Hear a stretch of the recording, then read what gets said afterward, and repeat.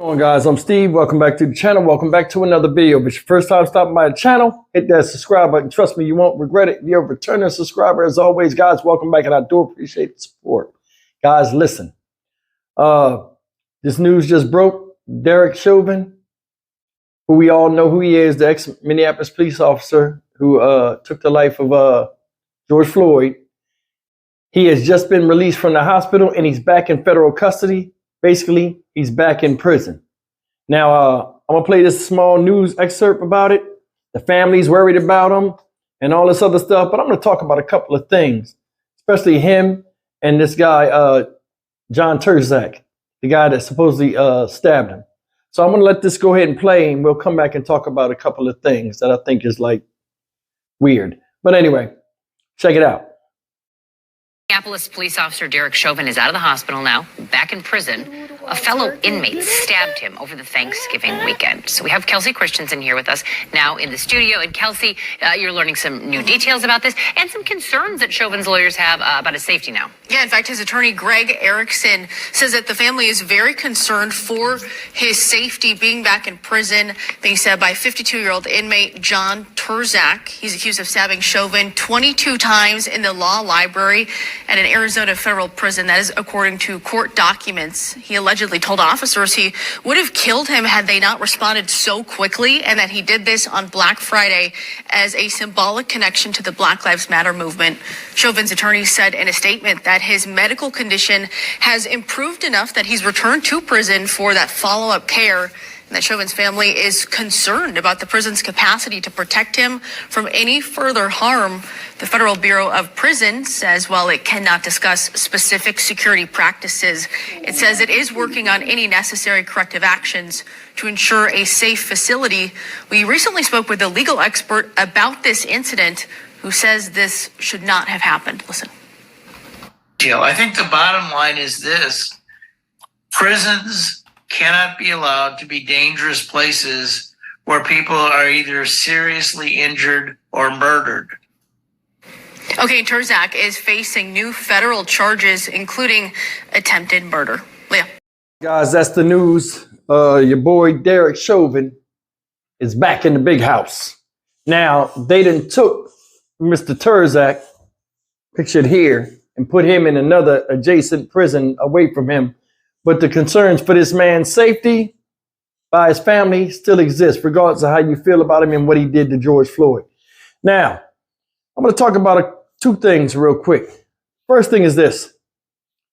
That lawyer that's typical lawyer talk. Did you hear what he said? A lot of y'all might not have caught it if you've never been locked up. But if you've been locked up, he sounded really stupid. He said, a prison should not be a place where people should have to fear for their life. But you're right, sir, it shouldn't. But it is, and it's dangerous. I myself almost got killed in prison. You understand what I'm saying?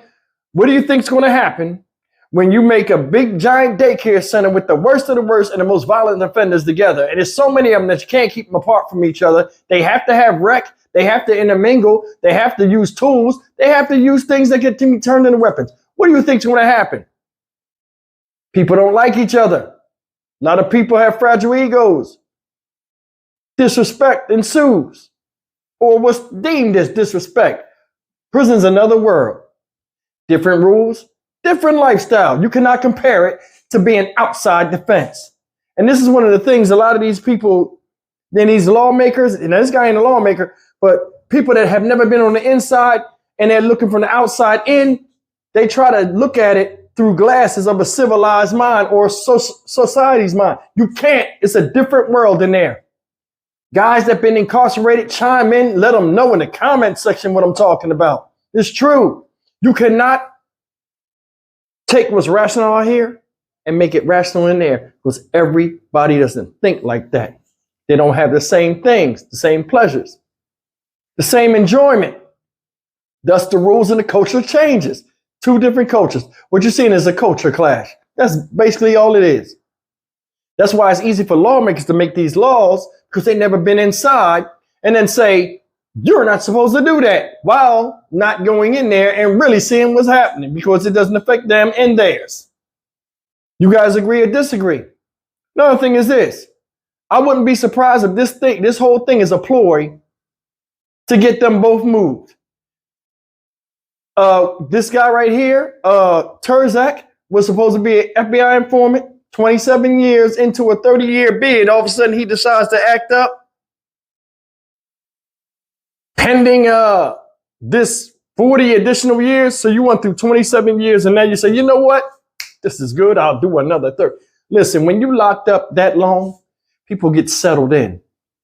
The people that are around you, been around you for a while. Your chances of getting in trouble or inciting trouble to somebody else is kind of slim when you know that you're short. It's called short when you're a short timer. Nobody wants to mess that up. And this guy not only messed it up, if you believe this, he voluntarily did it. Think about it. This guy was an FBI informant against La M. And all of a sudden, they're tying him to them.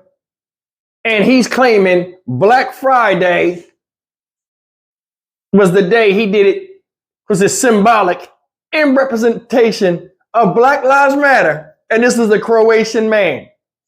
Just attacking somebody on Black Friday, if you was a vigilant, pro-Black extremist, to Black folk would be funny. It wouldn't be symbolic. What the hell does Black Friday and lower prices on appliances got to do with a dead Black man that was killed and getting vengeance? See the game? The whole hook is in. It don't even sound right. I'm gonna attack him on Black Friday for Black people and Black Lives Matter. Come on, man. We don't even do that. We Black. It doesn't even make sense. It don't. It don't. I wanted to bring that up. But anyway, listen. This guy right here is back in jail. He's healed up enough. He is not directly in population, folks. A lot of people think he's in population. He's not.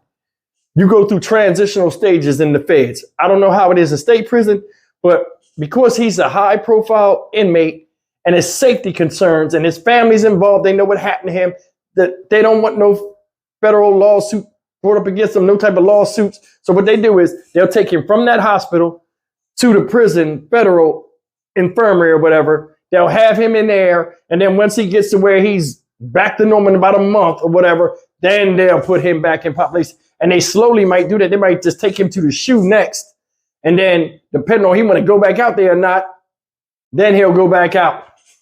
Most likely he'll go back out because, I mean, once you get a taste of being there for a while and institutionalized, you don't want to be isolated by yourself because you still have friends and affiliates that you have out there that are close to you and you want to get back to.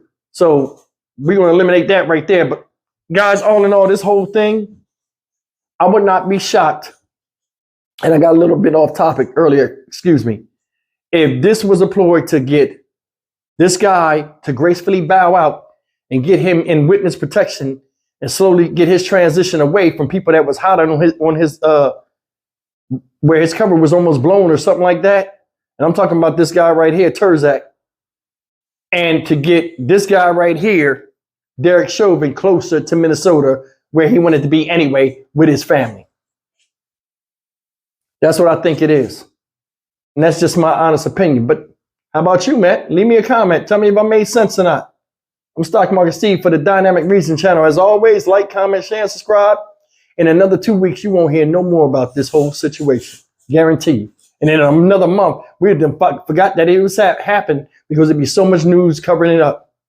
So that's what I think. I think they try to do a graceful bow to where they move both people and it gets past the public's, blind spot. So see you in the next video. Take care.